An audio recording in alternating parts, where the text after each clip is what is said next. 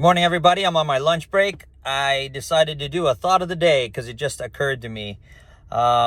We are living in a decentralized world, which is giving each and every one of us individually more power.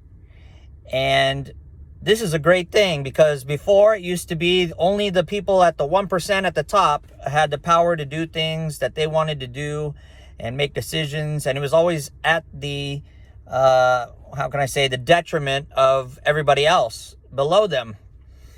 Most people weren't able to do those things. Today, I just looked at something because I'm into investing, and I started looking at all these different platforms, and I was looking at something called what was it called? Yield. I can't remember what the thing was called. Yield something. It's a place where you can invest in alternative investments, not stocks, not bonds, not real estate, not commodities, something outside of those. You're looking at like marine vessels, racehorses, artwork. And typically those kinds of investments are only accessible to the 1%, to the rich people, because rich people are able to take those kinds of risks to further diversify their holdings. And especially in a time of inflation, things like art, become very, very desirable or high in demand. And that's why in cryptocurrencies, you're seeing a lot of this stuff going on with NFTs or non-fungible tokens. And originally, I didn't understand that stuff, but I started thinking back a few years, and there was something called, what was it called? I think it was Real Life. Second Life. Second Life was an app that came out, I think it was early 2000s, probably close to 20 years ago. And it's like a sim video game, but it has an economy on it where you can do commerce. You can create fake clothes for fake avatars. You can create fake hair salons for that fake avatar. So basically your person online can live in a world that's very similar to ours, but it's only on the cyber world online. And people who create things for those little people online, those fake people who don't exist, but they're just characters, but you're assuming those characters when you're playing the game, those characters can do transactions in fake money online. And that was 20 years ago. That was even, I think that was before Bitcoin even existed.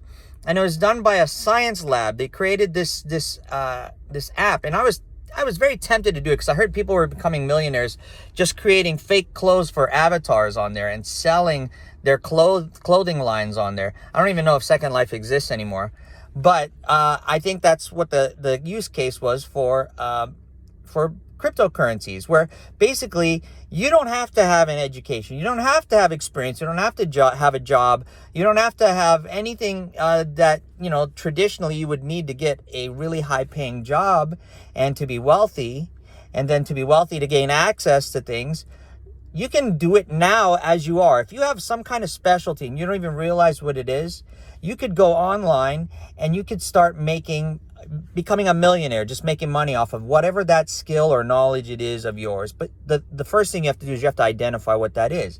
Now, my thought of the day is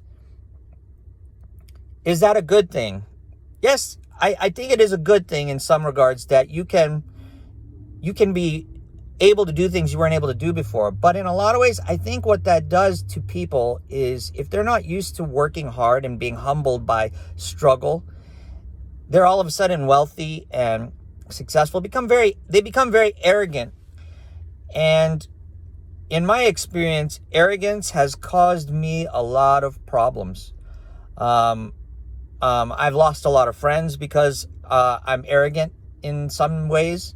In other ways, I'm just very confident, and people tend to be intimidated by confidence because most people are not confident. They're very insecure and worried about everything. They can't make a decision. They can't, come to a resolution.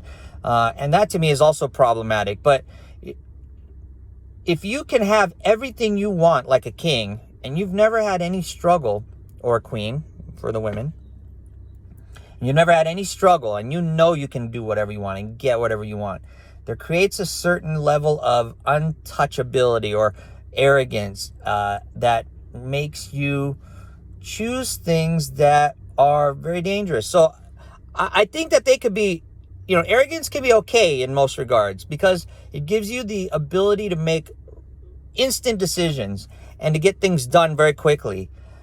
But it can also make you blind to things that are very dangerous and that can be catastrophic to you if you decide to choose those things. So we're entering a new world, and a lot of the people entering the new world are young people who have no experience. They're growing up in a world where they're learning now that they can deny the older generation. And even they make jokes about, hey, boomer, boomer this, boomer that. Because boomer is the old mentality. And the old mentality has been humbled by depressions, by economic downturns, by bankruptcies, by robberies, things like that. And I think the young people are in a big, dangerous time. So I just wanted to put that out there. If you like what I've done here, it's your first time, hit that subscribe button. Hit the like button if you like it. And then hit the bell notification button so you know every time that I post something new. I got to go. I'm at Starbucks. I got to pick up my food. Love you guys. Take care. Bye.